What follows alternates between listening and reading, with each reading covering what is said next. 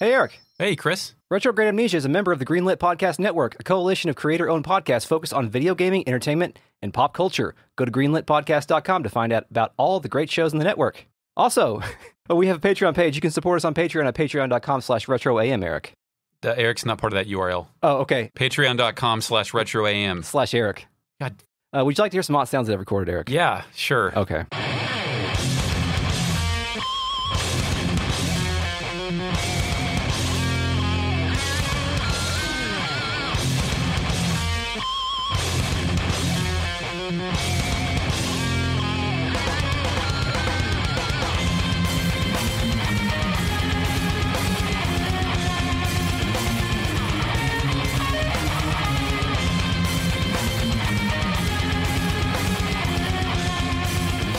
Welcome to Retrograde Amnesia, a comprehensive podcast where we discuss classic JRPGs, chapter by chapter, beat by beat. In this series, we are covering Chrono Cross. Tonight, we're heading towards a new area called Guldove, where we're going to meet cricket men, mole men, and more. Tonight, I'm joined by Eric. Hey, Eric. Hey, man. My name's Chris, by the way. Good to see you again. Good and organized. Yes, great and organized. I didn't actually write an intro for the episode. That's why I just kind of went out on You one tapped there. in. You channeled it. Yeah, I channeled You're a little doing bit. it now. Yeah, I'm doing it. We're also joined tonight by the RealNet, a collective of patrons that are listening to us record live. You too can join the RealNet at patreon.com/retroam. We are also joined by the fake net, the lost child of time. Initializing fake net. I was never a child and time is not real, but it's not like that will stop either of you bozos from spouting your dumb theories. Welcome, the lost child of time, the fake net. Keep calling me that and see what happens, Chris. When we last left off, the plot of this video game was beginning to rev up over yonder at Viper Manor. We were introduced to Lynx, the apparent main villain of this game. Catman. Yes, Mr. Wildcat, Monsieur Wildcat. And Surge is, Surge, a.k.a. us, we're important somehow. Lynx referred to him as the assassin of time, the Chrono Trigger. Just before Surge and friends plummeted it down into the sea. Chris, how long of a drop do you think that was in American feet? Wow. Oh, God, that had to be 300 or 400 feet. You think so? Yeah. Fake net, what's the lethal distance for falling into water? Initializing fake net. A typical human will reach terminal velocity in about 12 seconds. It is tough to acquire data on how far a human would need to fall to survive a direct impact with water, but consider that only 2% of Golden Gate Bridge jumpers die after leaping from its 220-foot drop. I was going to say one good son, but we've had too many good son references on this podcast. No more good son references. Yeah. So during this escape as well, Kid was grazed by Lynx's dagger that he threw at her, a fact that will become important in some moments. Do you think that was a special dagger, like with like weird Lynx magic on it, or do you think it was just knife? I think he can summon daggers. Oh, okay. I think he's that kind of guy. Well, still, I mean, even if the dagger is summoned, is it just a regular dagger, or has it got special shit like on it? Oh, well, I think it had special shit on it because we find that out later, but... Just trying to set up some tension. Yes, some tension, yes. Yeah. Well, let's find out. But first, let's do the chapter title game. Okay, cool. Yes. This chapter's called Guldove because we're heading to Guldove. That's right. It's a location. Yes. Is this subtitle, Eric, is it Where Ripples Become Waves? No. The Waves of Fate Are Calling? Also no. Or When a Wave's Existence is Engulfed by Fate? Jesus. The first one? That's correct, The Eric. Ripples of Time? Yes. Guldove, Where Ripples Become Waves is Who's the correct responsible answer. for these? Is there an interview on this? Is this a localization thing? I know nothing about this. I apologize. I mean, I guess if you task me with a bunch of chapter titles and say, hey, come up with metaphors based on time for all of these, and you've given me a half hour to do this. Given the fact that there's a very important decision that we have to make during this chapter, ripples and waves make sense, you know? Sure, yeah. You know, if you throw a stone, the ripples go out, they go in any direction, anything can happen, right, Eric? What's in the stone? What's in the box? So, Surge wakes up, he's in a hay bed. Yes. The music Lost Child of Time plays. Yes, also known as Lost in Time. This is a fairly pensive and foreboding track, but it gets sinister with some harsh piano keys in the middle, and then it never lets go. Yeah, it gets very, very harsh. This is the same song, actually, that introduced Lynx. Ooh. It's very foreboding. Surge is in some kind of, like, hut. Yeah. There's blue daylight peeking through the window and the curtain on the left. There's a massive teapot and a bucket on a shelf above a bed. There are baskets and plungers everywhere, and a dangerous-looking ladder that leads both up and down a floor. A lady with purple hair who was writing in some kind of journal turns around. She says, "You're finally awake? If you're looking for your friends, they're outside." This hut is not like the hut that we woke up in at the beginning of the game, Not the first time. Yes. This is more treehouse hut. Yes, indeed. Did you ever fear treehouses? Did you ever go in a real one? A real treehouse? Yeah, like when you had to climb like a significant ladder. Oh, no, why do no. your parents let you have this type shit? No. Oh man, I did. No. Is it terrifying? It was terrifying. It was Yeah. with my scout friends. It was like one that somebody's dad built? Yes, Okay. out of a tree. Yeah. Yeah. It's a lot of trust you're putting into Absolutely into a dad. terrifying. I would have died. I would have good sunned Yeah, never trust if a I dad. fell out. Question. Did you say never trust a dad? Question. The bucket in here, is it a shit bucket? Gotta be. Okay, this- that's our third one? Third toilet. Third toilet. Play okay. the sound cue. The Chrono Cross toilet count. 3. Third toilet. Yeah. Toilet count 3. So this lady here, she's got a large face, purple hair, and hoop earrings. She looks like somebody's mom. Yes. We'll come to find out later she's somebody's mom. She advises Serge that his friends are waiting outside. Did you talk to her again? Serge gets up and shakes it off and walks outside. No. If you talk to her again, she says, "Did you get a good night's rest?" I guess it's only been one night, right? Oh, yeah. Like Serge has only been laid out for just the duration of the evening. Yeah. So Serge steps outside, and it's clear that he's in some kind of elevated hut over beautiful blue water. Like Yes. those tropical resorts white people always fantasize about staying in on Facebook. Yeah, that's true. This hut in particular is beautifully colored with shades of blue, green, orange, and red. The entire structure is visibly held up by reddish wooden logs tied together. There is a massive starfish or some kind of star decoration right by the door. Kid, Nikki, and Korcha are all here. Kid is glad I woke up. Yes, in my case, Guile is here, but yes, Kid greets us and tells Serge to give his thanks to Korcha. Korcha's the guy that saved us. Mhm. Serge nods, acknowledging this fact, and Korcha tells us that it was no sweat. It's part of his job as a ferryman, although we caught him by surprise after falling out of the sky. I don't think it's a job of a ferryman to rescue people. It's more of a Coast Guard job, but nonetheless, I appreciate Korcha's contributions here. It makes sense that Korch is here in your case, but again, it makes no sense that he's here for me. Yeah, it's in the kind best. we haven't. This is a problem that this entire next scene has. We haven't established enough relationships in this game for any of this to be meaningful. It reminds me of in Mallrats when they try to get Jay and Bob to destroy the stage, and they're like, "Oh, we're going to do that anyway." Like Korcha perhaps is going on a midnight raid to the Viper Manor anyway, Yeah, no matter what. So doesn't Korcha point out that Serge was wise to fall into the sea and not the rocks? yeah. Nonetheless, Kid calls Serge a wuss. Wuss is super 90s. Yes. When's the last time you heard wuss in real life? Oh gosh, I don't know. I probably said it one time when I had too much to drink and I reverted to old program. Wuss? Yeah. Reverted to old pro. That's good. Yeah. So she begins to then discuss the wound that she has and how it's no big deal. She's like, "Don't worry about this. It's just a graze." But then she slowly collapses. Yeah, she starts to the speaking ground. slowly. During this whole conversation, the Lost in Time song is still playing, so you know something is up here. You know it gets she's nuts. about. Yeah. Korcha says, "Ugh, oh man, she's burning up," and then resolves to take Kid to the clinic in town. Yep. Nikki rushes over too for some reason. Yes, Did Guile just step in and be like, "Oh, I can help too. I'm a magic purple." I think Guile just stood there, but he probably moved. They're all probably on the same track, right? Yeah. So then we're whisked off to the clinic. Yes, we wake up at the clinic, and there's a beanie-wearing doctor Mm-hmm. who tells us that Kid has been poisoned with Hydra venom. Damn. She has 2 days to live. Also, damn. He explains that we need Hydra humor to neutralize the poison. Humor with an O-U-R. Yes, not a joke told by a Hydra, although I would listen to Dude, one. fucking heal me with jokes. There's your RPG signature mechanic. Yes. Have you played Moon? Anyway, so, twist. There's a twist here, Eric. Mm-hmm. Hydras are extinct from El Nido. You can't, they're gone. Yeah. Can't get them anymore. The doctor explains that they were hunted to extinction. Yeah. And of course, I mean, that's good to know because, there's 2 worlds here. So it's very obvious what the quest is going to be here. But still, there's some asshole doctor here. He's like, "I know exactly how to fix it. You're going to need Hydra humor.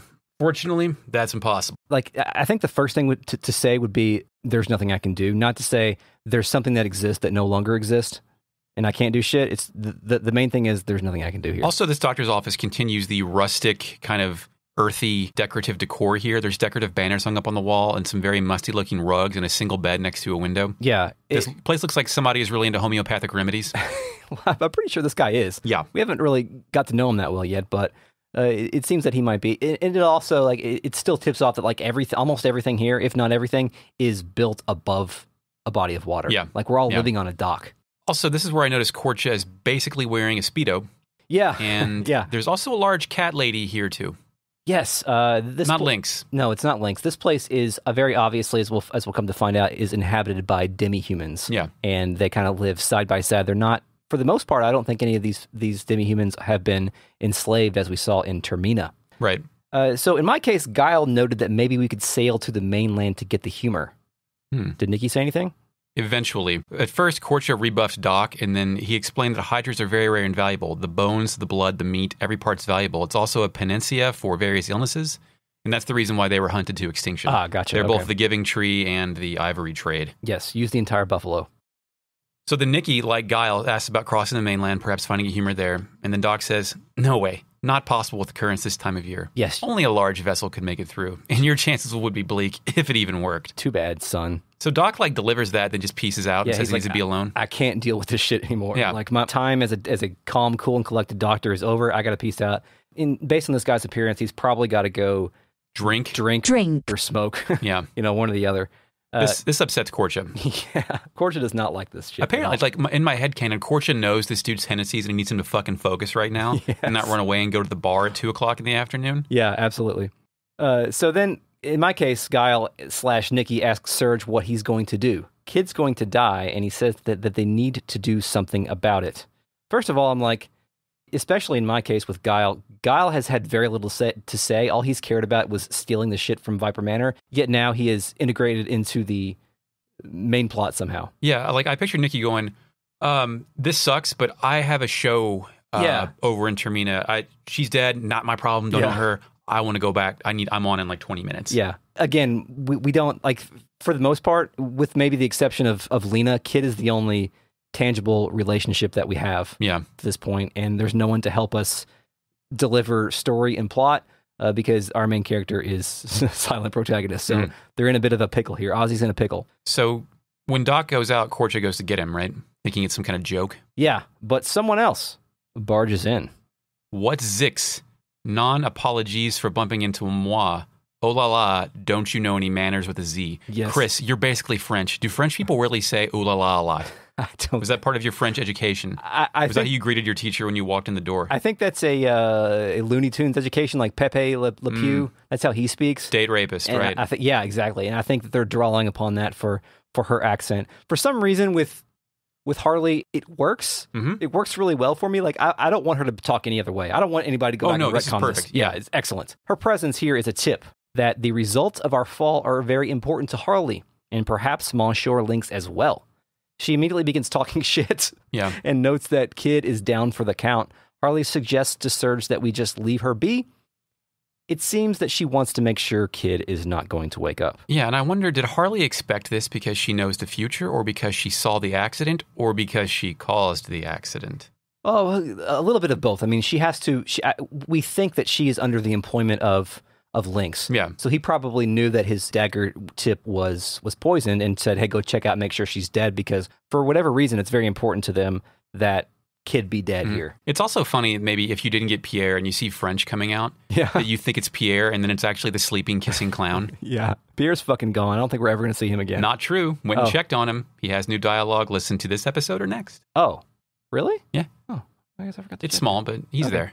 Then Harley goes hard on Korcha. Yeah, Korcha wants to know what's up with this lady's costume, and she calls him a chicken hawk. It's a pretty sick burn. Which sounds like it might be a slur towards him, maybe. Yeah. Well, I mean, he has a mohawk, right? Yeah, that and he's is small true. and scrawny. Yeah. His legs are thinner than my wrists. Korcha says that he ain't gonna letcha barge into this room and get away with all the stuff that you said. Then he wants to fight. He charges at her, and she disappears, and oops pops up on the screen. Yeah.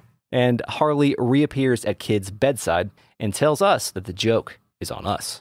Korch is bothering her and to keep his mouth shut. She's only here to see how Kid was doing. She tells Serge, so long, Serge, au revoir, mon ami. That means goodbye, my friend. Please dream of moi every night. Oui. Then she blows a kiss and teleports into the nights, into dreams. Well, it's not night. Hardly if you looks like Knights. I know, you that's know, why. the gesture thing. Yeah. She also does a pretty cool backflip on that disappearing. Oh, It's yeah, like a very stylistic, if I could disappear at will, I would do all kinds of sick tricks. Yes. Korcha then refers to her as a loon, which is a pretty cool term, I guess. Eric, question. Yeah. Now, I want to recap something real quick. We have, actually, I think it's on your side. We have written down, power ranked our top 3 favorite characters at this point in time. Yeah. I think it's right next to you. Yeah, we've got Zoa, Radius, and Mojo. My question is, Harley the best character in the game right now? Let's go ahead and put Zoa. I think I've had more concrete interactions with. Okay. And, I've gotten more sustenance from him, whereas Harley is new and exciting. We're in the infatuation phase. Yes. Whereas we've already committed to Zoa for like a week and a half. Right? Okay. All right. I want to put I want to kill Mojo. Okay. And then promote Harley to 2 and put Radius at 3. Okay. Throw Mojo into the fire. Yeah. And let's hang out and roast marshmallows and tell stories around him. Use him for some campfire scene. And Tinder. So Harley is going to 3? 2. Okay. 2, yeah. And Radius stays at 3 just That's because right. he beat our ass and revived us. That's right. Okay. I'm good with that. So, okay. Korcha asks Surge if all of his friends are like this, and as far as I know, Korcha and Surge have never spoken until now. So he not really. I mean, he saw us like during that event with the mermaid thing, but that was about it. There was no interaction. Such as the life of a silent protagonist. Yeah, this is messy. This is very messy. So that some dialogue appears outside a box above Kid's head. Yes, she is moaning. Oh, Surge. Yes. Surge goes to Kid's bedside, and Kid is going to leave her favorite amulet with Surge, the astral amulet. I love this shit. That's got to be important. Yeah. Why do you love this shit? Just because... It's called the Astral Amulet. Oh, what kind of MacGuffin thing, like Deus Ex Machina, is this going to do? Okay, I got it. Yeah, I'm with you. She tells Surge to remember what the prophet said. Where did it all start? Where do angels lose their way? Try to remember, Surge. Chris, I'm going to give you a take-home test. Okay. Next time you're in a work or personal situation and someone asks you a question, I want you to stare into the distance and say, where did it all start? You know, where do angels lose their way? And then continue facing forward, and then just tell me what the first response is. Oh, so you can give away the game later. I just want to know what the shit these people say. Okay, I'll do it too. I'll do it at work. Okay, yeah, I'll do it at work too. I'll work that into a conversation. Yeah. Somehow. Before we get too deep into the impending decision here, because there is a decision coming here, Eric, and it's going to fracture our podcast slightly, we have to talk about the nature of this decision. Yeah. So let's jump right to it. The decision that we're going to have to make is whether or not we are going to help Kid, and we'll get into the setup here, but this is not a good game splitting decision that we have to make here. It works thematically because, especially some of the stuff that's happened with the NPCs, especially like Kiki's dad, like small decisions that may influence entire generations. It's the butterfly effect, man. Yes, yeah, man. Ashton Kutcher was in a movie. He's got no arms. Yeah, so deep. But it doesn't telegraph anything to us. It doesn't tip us off that there is a decision that is even being made here. It's difficult. RPGs also weren't really playing for keeps like this at this point. Yeah, that's for sure. Like they didn't divide with any meaningful deviation. This made me think about The Witcher 2. You played that? Yes, of course. Yeah. The Witcher 2 presents the Witcher, the player, with a major decision. You can either go with that dude, Vernon Roche. Vernon Roche was a commander for the king who was assassinated at the beginning of the game during the setup. Yeah, he's a rebel faction leader, right? Or Iorvith, who is the leader of the band of freedom-fighting elves. The values of those two guys are in stark contrast to one another, and you totally know that going with one or going with the other is going to alter the course of that story, just on how it's set up. They did something you never see in AAA game development. Yeah. Because they want people to experience all the shit they built. Yeah. The entire third act of The Witcher is completely different based on that. The Witcher 2. Yes. The Witcher 2 forks at a very important moment. The plot is in full swing there, and the implications of your decisions are not explicitly telegraphed, but they have context. Here, well, let's play out the scene here. Here we get very little context. Korcha approaches and asks Surge if he's going to take the 1 in a million chance to save a girl he barely knows. Mm-hmm.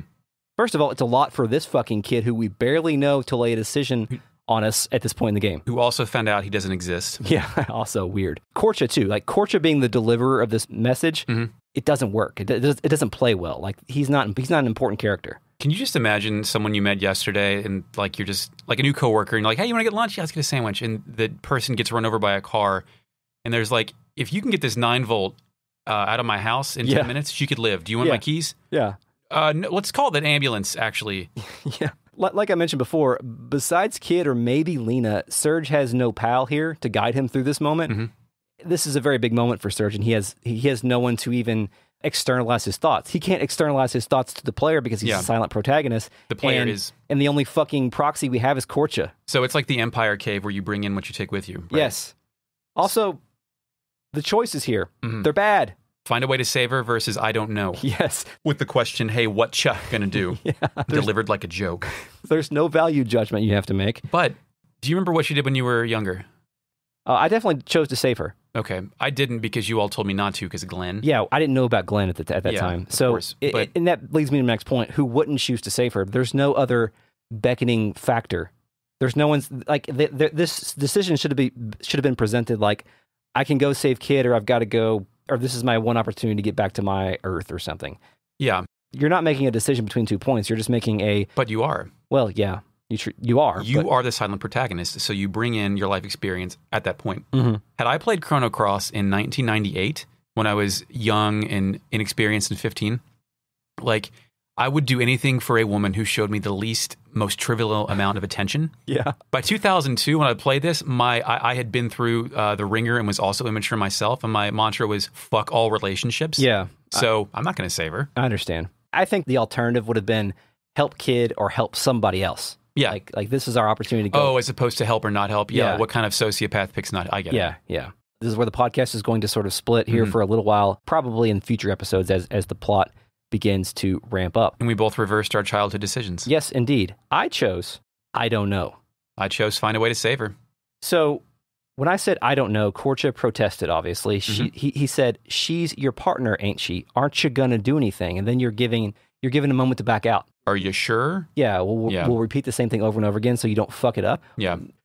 Korcha then presents my opportunity to back out and says, but then I said, there's nothing we can do, which is pessimist. Kind of true if you aren't thinking about how this world has been set up. Korcha's pissed. He demands that we give him the astral amulet back. Serge hands it over, and he deliberately places it on the table in like a dish. He says that this is like it's their keys? Yeah, basically in the little thing you throw your keys in when you get home from work or whatever. He says, this is disgusting. Cool. It's turning out to be a bad day. He storms out, and the scene fades away. I mean, I get his perspective. Imagine if you just rescued somebody, and then the guy who's with her is like, just let her die. Who cares? Yeah. I don't even know her either. Yeah. And this is later played off as like Serge being uncertain about what to do rather than deliberately saying no. Yeah. But it's still kind of shitty. Insurmountable odds. At that point in time, I'm out of party members, so I get the opportunity to pick my party, so I'm like, fuck it. My only choice is either Mojo or Pashul. I'm like, all right, come on, Pashul, let's go. You brought Pashul out of cryo and put her back in? Yeah, Pashul's back, teleported back into the situation. With me, I picked incorrectly, and Korcha vows to come along with us, and then party member, I brought Lena back out. Ah, yes. Because Kid stays there, and I think Kid might still have all the elements I put on her. Yeah, I took I think all that shit's still on her. During the moment in which you get to save after Viper Manor, I took everything off of her because I knew it was about to happen. So, cool. I'm cool, I guess. Look at you. Yeah. You must be very proud of yourself. So, did Korcha officially join the party here? Yes, Korcha. Well, no. He vowed to come along. I don't think he joins till Termina. Okay. Hey, Chris, what's the War Rocket Ajax podcast about? Well, Matt, if we were smart, it'd be about murders, but it's actually about comics. War Rocket Ajax. It's not about murders, but it is weekly on the Greenlit Podcast Network. Here at Chat of the Wild, our Game Club podcast, we have been using our lens of truth to do deep dives on the Legend of Zelda series, in order, covering 1 to 2 dungeons each episode. Our show also looks at Zelda-likes, such as Crusader of Senti, Golden Axe Warrior, and the bizarre journey of For the Frog, the Bell Tolls. Join us right now as we play Ari and the Secret of Seasons, our first new release since Season 1, or check out our past seasons breaking down nearly 20 action-adventure titles. New episodes drop every Wednesday, here on the Greenlit Podcast Network. So then the music stops that depressing tune and changes to Another Guldove. Yes, or Guldove, Another World. It's reminiscent of the Arnie music. It's more sleepy fishing village music with a serviceable acoustic guitar. Yeah, I agree. I wrote down that it was softer and dreamier. So Korcha left you at this point. Did he talk? What happened? Did he not talk to you, or did he like? He just like, fuck you, and That's he left. it? He's mad, yeah, and then we're just on our own. What'd you do? Well, well, first of all, I put Pashul in my party, and I went and talked to the person outside who wants to trade monster parts for elements. Okay, before we do survey the town, Oh, yeah. I should probably tell what Korcha did in mine. Oh, I thought you did. Okay, yeah, go ahead. No, Korcha says we need to start somewhere. All we have left is Kid's amulet. He stomps the floor in frustration. The non-portrait cat lady here says perhaps we should go see the shaman. Mm-hmm. He might be able to give us some clues about the amulet. This surprises Korcha, which strikes me as funny because this is his village and it has 10 people in it tops. Mm-hmm. Nikki doesn't know what a shaman is. I'm imagining Nikki still on a bender and this shit happens to him all the time. Like, go seek the shaman. Yeah. Korcha tells him the shaman inherits the power of the dragon god and governs over this village. Korcha then compares the shaman to a mayor or a chief, which is surely a line written for American players. Yeah. We will then decide what to do once we make it to the boat. As we try to leave the clinic, a ghost cat, like those things that Lynx turns into, playfully hops up to us. It turns out this is a real cat in meows. Korcha recognizes it as Luna from Mel's place. A little girl, Mel, runs in and snatches the cat. Korcha wonders what she is up to. Why was it a ghost cat? Is Mel a ghost kid or something? I think Mel's like his sister, maybe? Yeah, Mel is his sister, yeah. That's just, it's like, why is it a lynx? Are all cats here like astral project into ghosts? As we explore this place, we'll talk about it, but this place does have an air of like mysticism about it. Yeah. Like, almost like it's evocative of Native American mysticism. Sure. Or Pacific Islander. Yeah. There are actually some NPCs here that are explicitly dressed up like the traditional portrayal of American natives. Like that. This is some like feathers in the hair. Yeah, like and they all have darker skin tones as well. So this is like the first time that there's ever been any concept of race introduced in the entire like Chrono universe. The fact that like a lot of the Islanders are read as like white or Asian, and like you see what you see probably based on where you live, probably lends itself to like, oh, this place was colonized. We've already seen Arnie, and now we're seeing this place, and they're both seaside villages, but their architecture, their customs, and everything are all completely different. I hope your read is correct, and it's not like Sonic Team and Sega STI. Sonic 2 and Knights was inspired by them going to Vegas all the time and seeing Mystère, the Cirque du Soleil show. I hope Kato didn't like go to Burning Man, and then that's what inspired, like, you know, if they pulled the wrong inspiration. So you want to talk to the first person that wants to trade monster parts for elements? Sure. I got a couple of items here. It's a demi-human vendor too, so they're not like all a worker race. Yes, indeed. This person gave me the pelvic bone. Yes. It is part of Skelly. We are asked to set the bone adrift at sea, but once we realize that is part of Skelly, obviously we keep it. I love the thought that it was haunted. Like, I don't want to touch this. You put it out in the middle of the ocean. You guys are leaving soon. Get this the hell out of here, please. Surge received pelvic bone. Yes. You need the guts to get through life. Hey, that's right. My favorite dish is Termina's famous squid gut pasta. Yes, thank you for the continuity here, because we've actually heard about that before, hanging out in the bar in Termina. Like some dude was ordering it. Yeah, the squid guts. He was trying to order squid guts.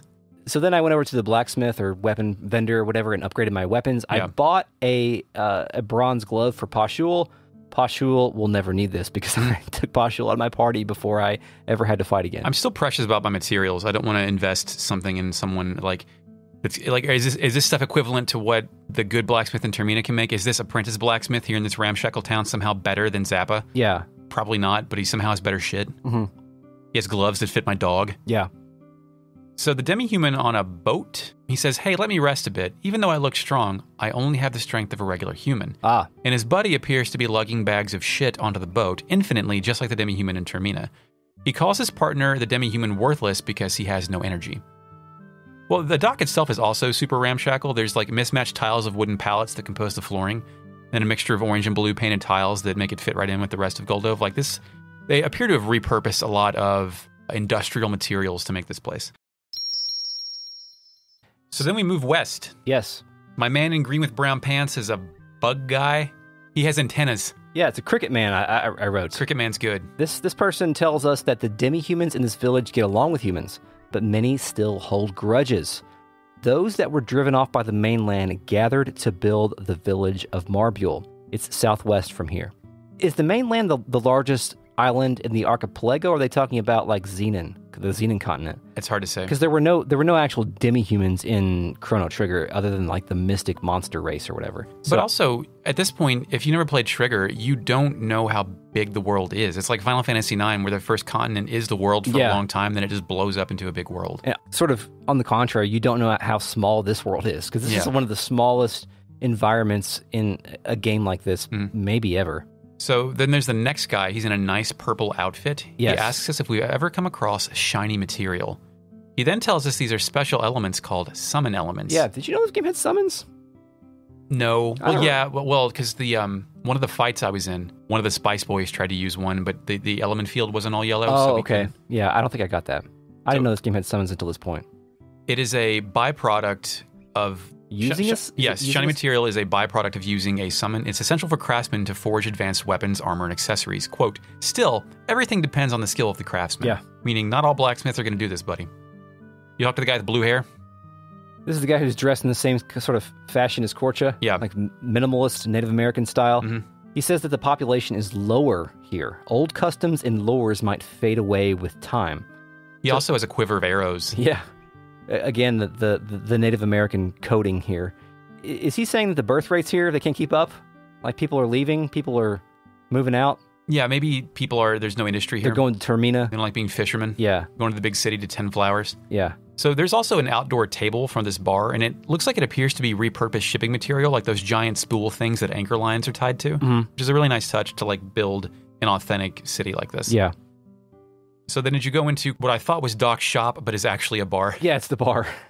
We go in the bar, and we see a scene. New music, yes. Song of Feeling. I Have Fleeting Thoughts. Is playing a sad, slow tune. Before we get into this, I hadn't saved in a while. Yeah. And I was trying to save, and I thought this is where you go save, but this scene lasts a long time, and you can't control it. Especially if you're trying to take notes on it, yeah. Yeah. Yeah. So Doc, his name is Doc apparently. He's sulking into his beer. He concludes another life is about to slip through his hands just like before. Yes, he feels powerless despite the fact that he's been studying medicine. I think it's important to note here, too, that, like, Doc is not... He's got, like, the light skin, so he's probably not from here. He's not Sure. He's not one of the of this particular He studied elsewhere people. and found indigenous energy. Yes, indeed. Orlha is the barkeeper. She's a blonde-haired woman with pigtails and a winning attitude. She gives it to him straight. Yeah, she asks Doc if he's going to give up on this life. If he does, who else will help her back from the edge of life and death? Orlha doesn't know about Doc's past, but living bound by the past is a very painful thing, she says. You need to face reality head on. Running away isn't a sin, but it accomplishes nothing. This is reality, let's go. Etc. She tells him one thing is different from the past. He has the ability to heal now. Everyone in this village recognizes that. If Doc gives up now, he will never be freed from his past. Right. Quote, now don't go let it end without doing something first. Implications here, Chris. What's changed and different is he has the ability to heal now. Did like Doc study medicine recreationally and then fail to fix someone, then go to doctor school and come back with medicine knowledge? Yeah, maybe. Maybe he left and went to university and came back. Not sure. Either way, he concludes that he is a failure of a doctor, but he must do what he can. Yeah. Which is nothing till we go get it for him. Then he does something kind of badass. Did you notice? He just takes a dart and doesn't even look at the dartboard and just flings it at the dartboard. Are you serious? It looks like he was just throwing something off to the side. Yeah. To me, and there is a dartboard on the wall here. But this is like one of those bars that you can find in any town where there's just shit all over the walls. In this case, all the floorboards look like they're just part of the dock. Applebees Punk. Yeah. Term I've not heard until tonight, Eric. So thank you for bringing that into my life.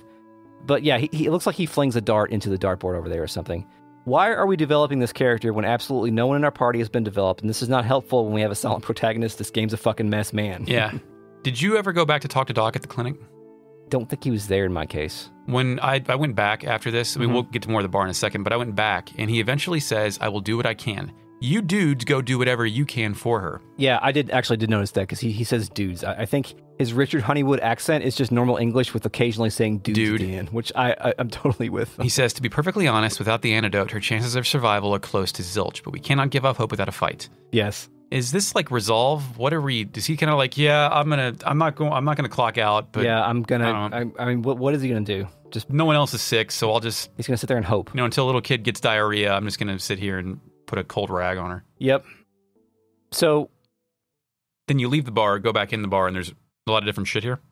Or did you do that? How did that work for you? You can't go back in the bar at this point in time. Oh, right. It says we shouldn't bother him right now. Yes. And you can go back later. So I have that later. Okay. I will also have that later. Next, I went up the ladder outside the bar, and it kind of goes up into a house, kind of. This place is full of shit. Again, there's pots full of weapons, even like... It appears there's like several tridents. There's like cups with weapons. There's 3 people in here. It's real small. It's like a knick-knack shop. You ever go to like a really badly curated consignment store or used toy store and it's just shit everywhere? A flea market, basically? Yeah. Do you remember back when like Korcha was bragging about something back in Termina when he was in his boat and whoever he was with was like, you suck at fishing? Mm-hmm. These people don't fish with fishing rods. These people they're poachers. Mm-hmm. Because they all have tridents, it appears. There's like several tridents all throughout this area, so they seem to have a different way of fishing than the good people of Arnie. This place also has the future clown Applebees Punk decor, and there's a cat here. When you pet it, it meows and upsets my cat in real life. Oh, good. Or not good, I guess. They sell elements here. Yeah. I bought a hell soul because I want to extract souls from other people because that sounds cool. There's also a demi-human in here that, again, says there's a village called Marbule. They hate humans there. Once upon a time, humans and demi-humans lived in harmony on the mainland. He confesses that his friends are there, but they hate humans. Yes. Another guy says that as a man of the sea,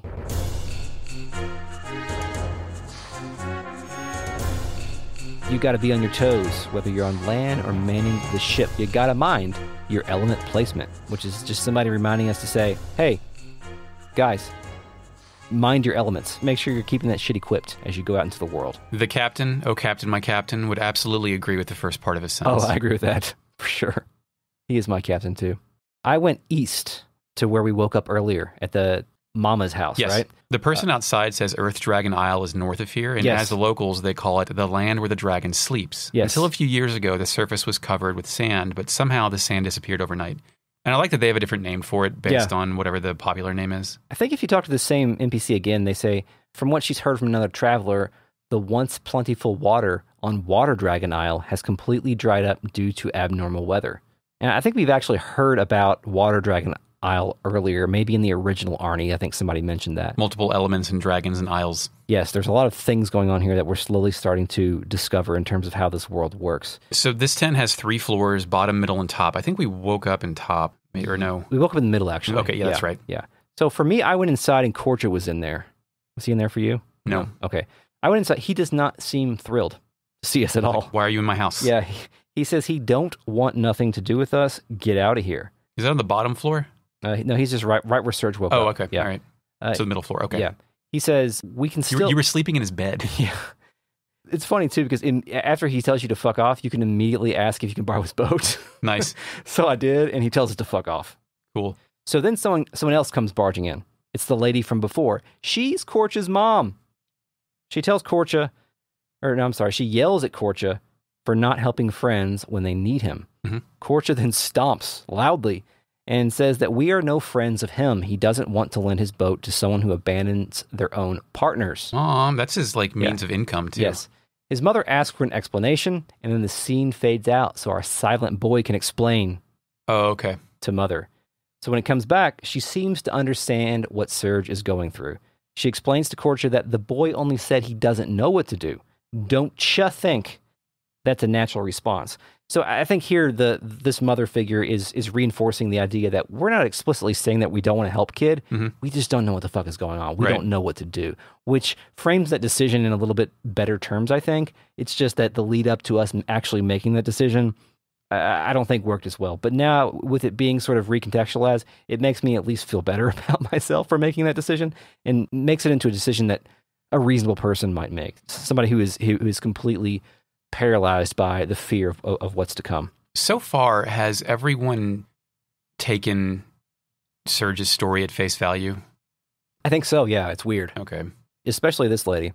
She then demands that Korcha apologize and see it from our perspective, or aka Serge's perspective. Korcha does, but he doesn't seem to think that he can lend his boat. He's like, fuck, I get it, but I'm not lending you my goddamn boat. Yeah. His mother tries to convince him, but she's just like, I'm going to borrow the boat my goddamn self from you, and then I'm going to let them borrow the boat. She then tells Korcha to go do his chores and take care of Mel. So shout out to mom here. She then approaches Serge and tells us her name. Her name is Matcha. Yes. She'll be waiting at the docks for us, but recommends that we talk to the village shaman first. So that's what that triggered for you. Yeah, she says that we should talk to the shaman to help us get back on track. She then leaves, but then she runs back in for a second to get something. She gives us the tropical paradise frame. Nice. It's a bit much for me because it's got like a spinning flower on it. It's very, very bright and vibrant. Spinners were very popular at the She time. appeared to grab it from like underneath of Korcha's bed, so maybe you can go get it from there later. Okay, I'll check. We'll see. Who knows? And then that was it for that scene.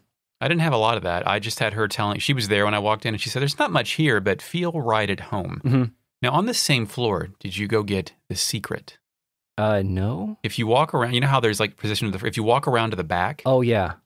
There's a secret entrance in the back middle tower that leads to a blue-walled storage room. It's full of shit. I open a chest and receive the feathery dress. Apparently it belongs to Mel. Like there's some acts of thievery here. Climbed upstairs. Okay.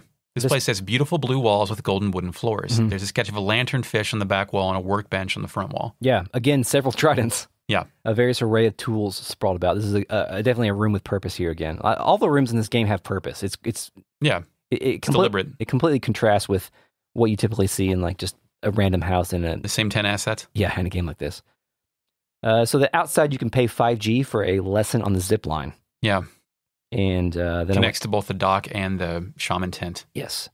You can get there from both ways, but you can't come back. But did you use the zip line? Not at this point in time because I hadn't explored downstairs yet. So. The question is, it says, do you want to become the wind? Yeah. Not now, later. Become the wind? Yeah, I did that later. It's pretty great. When you go back through, Korcha's back in the upper room. He's sitting there at a bench, and he's just being kind of surly, but he's less pissed than he was before. That's good. So that's where Korcha will be for us for a while. So then you can go all the way down, and a little girl named Mel will tell us, "Don't you bother me." She's concentrating.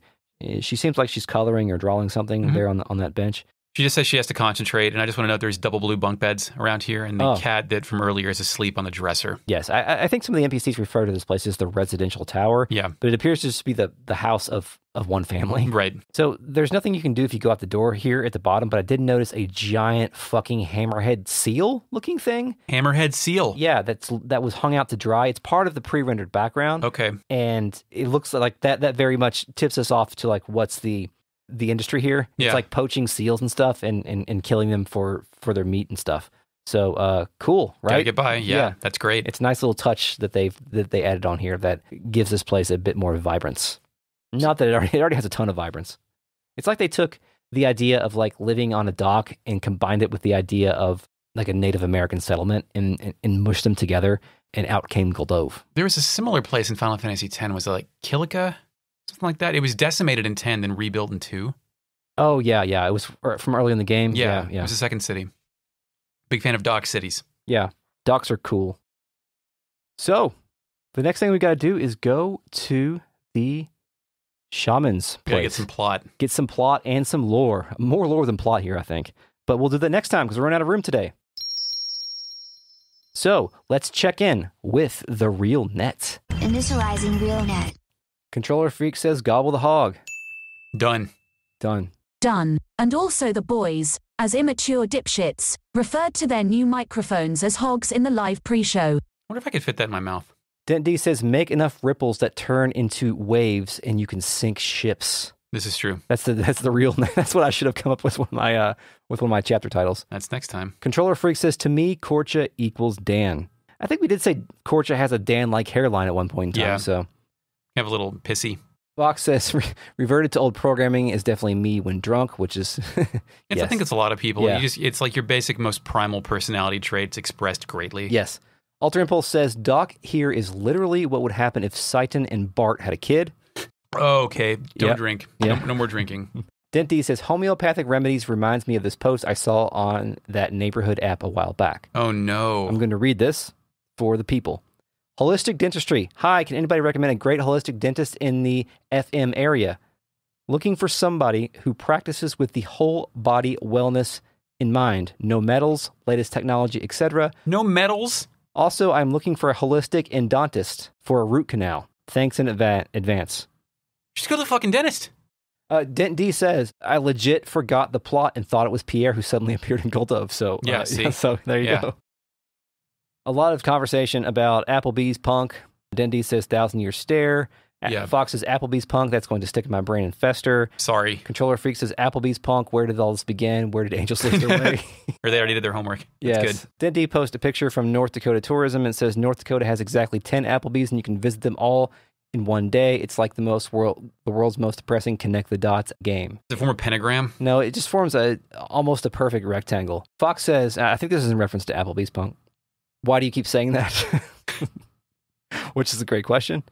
Controller Freak says, where I live, we have a place called O'Charlie's. It's like a way-sadder version of Applebee's. Dude, we had those next to each other. Yeah, there's Applebee's and an O'Charlie's next to each other. I always thought that O'Charlie's was better than Applebee's. So did I. There was less...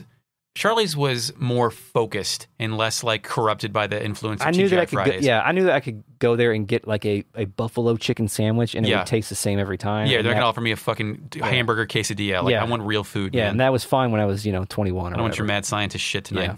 Oh, God. Alter Impulse says, my vote that every pivotal moment is a pit bull moment. Yeah, just roll with it. Be sure to listen to the outtakes to hear Chris repeatedly mispronounce the word pivotal. On the 8-4 podcast, they say Dorito instead of Google. Our podcast is full of memes and inside jokes that we create by fucking up, so hey. Like, this is very Pitbull. Pay attention. For sure. This episode has been a production of Retrograde Amnesia, recorded on September 7th, 2020. Thank you, Mark Shepard, for the intro. You're welcome, Chris. Find us on Twitter at Retro Amnesia Pod. Subscribe, rate, and review us wherever you get your podcasts. More importantly, tell a friend about the podcast. Also, check out other fine podcasts at greenlitpodcast.com. We are a member of that network. It's good. Email us, retrogradeamnesiapodcast@gmail.com. And if you like us, support us on Patreon at patreon.com/retroam. Get early access, bonus episodes, miniseries, and more. Until next time, Eric. Yes, we will kill God. And now you may go back to nap.